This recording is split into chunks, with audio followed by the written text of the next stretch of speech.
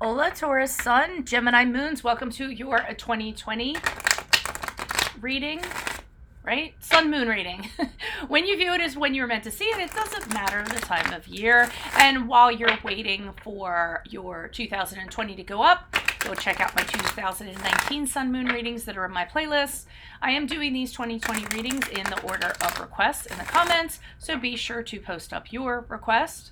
First portion of this reading, we will go over what the traits are of your Sun Moon, right? Sun Moon combination. Then I'll lay out the main cards. We'll take a really quick look, or we'll take a quick look at your what you have for 2020. I don't know why I'm having trouble speaking. Too much green tea, I guess.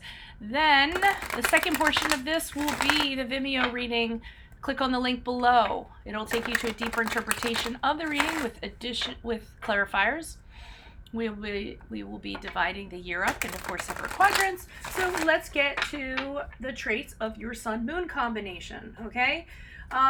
You have this deep need to kind of express your opinions and your emotions, and you're a really sociable person. You actually like having company around you. So you like a lot of company around you.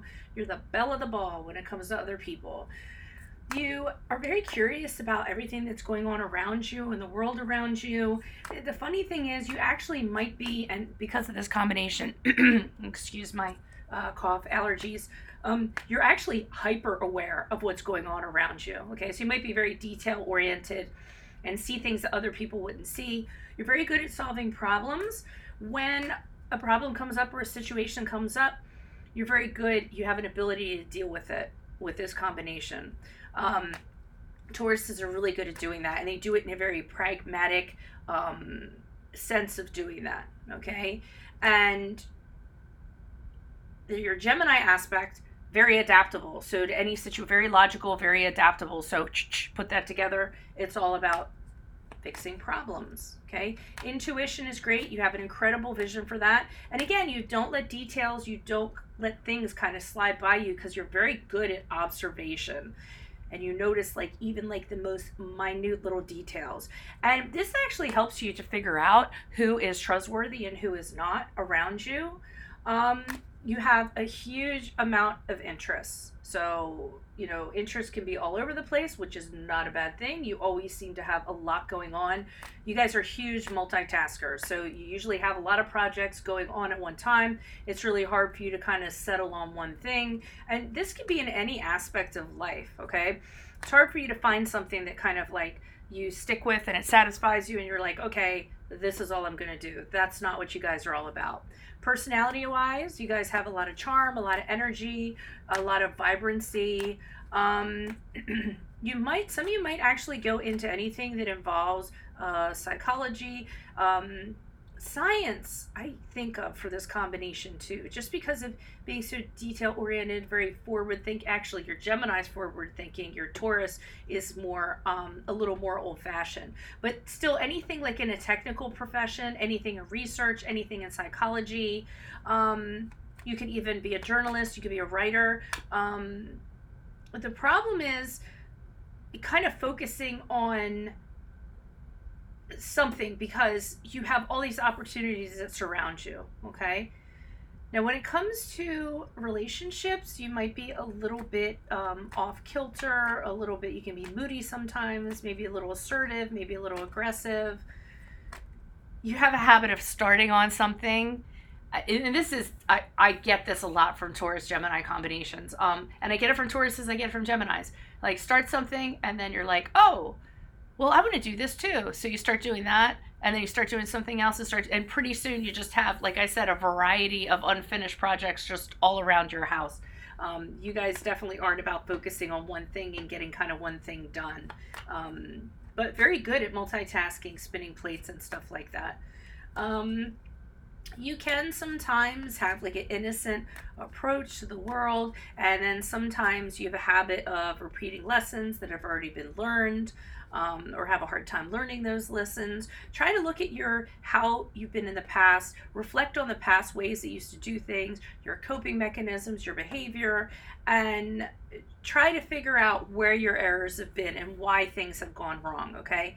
Maybe focus on that in 2002, learning from the past and learning from things in your past. You do know how to express, and this is good because Tauruses have a tendency to kind of bottle up and repress their emotions, but your Gemini lets it fly. So when it comes to emotions and expression and things like that, you're not the typical Taurus. You kind of let people know what's going on with you. You can be a rebel. Sometimes you guys stir up trouble. Be careful about complaining or whining. Sometimes you guys kind of do this because, and this comes from the Taurus, you don't always like things to change, okay?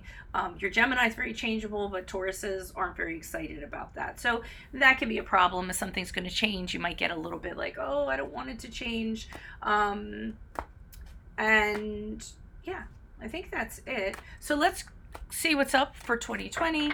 Holy Spirit, angels, divine guides, universe, can you please provide your truth, your wisdom, your clarity, your insight for Taurus, Sun, Gemini, Moons for the year 2020? What do you see? What do they need to know to reach your higher ground, become closer to the universe and closer to the divine for their greater good? Any messages you have would be greatly appreciated for Taurus, Sun, Gemini, Moons for the year 2020. What do you see for January, February, March for Taurus, Sun, Gemini, Moons? January, February, March, Taurus, Sun, Gemini, Moons. We have the Queen of Cups in the upright. What do you see for April, May, June? Taurus, Sun, Gemini, Moons. Okay, and I mentioned check out your 2019 Sun, Moon readings in my playlist. Check me out on social media, Insta, Facebook. I've been trying to upload weeklies and weekend readings on there. April, May, June brings the Death card. July, August, September for Taurus, Sun, Gemini, Moons. I'm also on the Instant Go app. You need a question answered. It's currently $4.98, and I give it to you in 24 hours. Questions only, not readings. Three of Wands in the upright for July, August, September, and October, November, December for Taurus, Sun, Gemini, Moons. And then if you just could consider liking, sharing, subscribing, and supporting these videos, it'll give me the energy to keep doing them every year. Alrighty, and make sure you click on the Vimeo link below for the second portion with clarifiers. Okay, quick sweep on this. I'm already seeing what's kind of going on here. So what we have is in the beginning of the year, you're all about something, okay? You're either all about something or somebody's all about you, feeling like it's you. It's something you is very meaningful to you, whether it's a relationship, whether it's work, whether it's helping somebody. Queen of Cups is usually somebody who's very devoted to something. So see how you're kind of focused on that cup? I don't know if you get very focused on that cup and wanting something to come to fruition. I feel like you're very deeply connected to it, whatever it is. But April, May, June shows you leaving this. So whether it's a job, a relationship, whatever you were hugely invested in here, you're walking away from it in April, May, June, because this is a major ending. And you had to let go of it, whether it was a project, a career, something unhealthy, a relationship. You had to have that clean break so you could start something new. And something new you actually do in July, August, September, because I see the Three of Wands here. And what I see is you looking out at all the ships you have available to you, all the opportunities you have available to you. Now, the Three of Wands is not a card of action for me per se, even though the Wands are about change and inspiration and communication and, movement.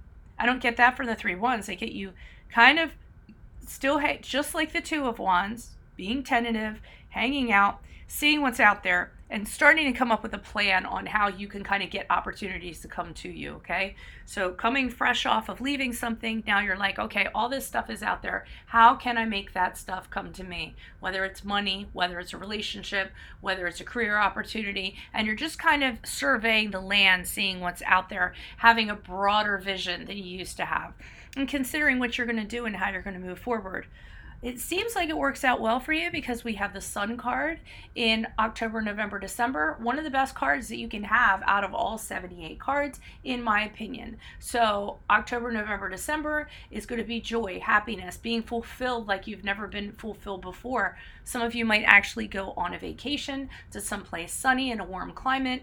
Some of you are going to be experiencing very good health. Some of you are going to be very positive, very optimistic, just radiating, absolutely radiant during this period of time. Okay, so I like that you recognize that you needed to get out of something, created opportunities for yourself, and then all's well that ends well at the end of 2020. Okay, so click on the link below for the Vimeo reading. I'll be pulling clarifiers on this, and we'll go a little deeper into this. Make sure you like, share, subscribe if you can, and then check out your 2019 Sun Moon readings that are still in my playlist. Adios from Veronica Garnett. Best of luck to you in 2020. Bye.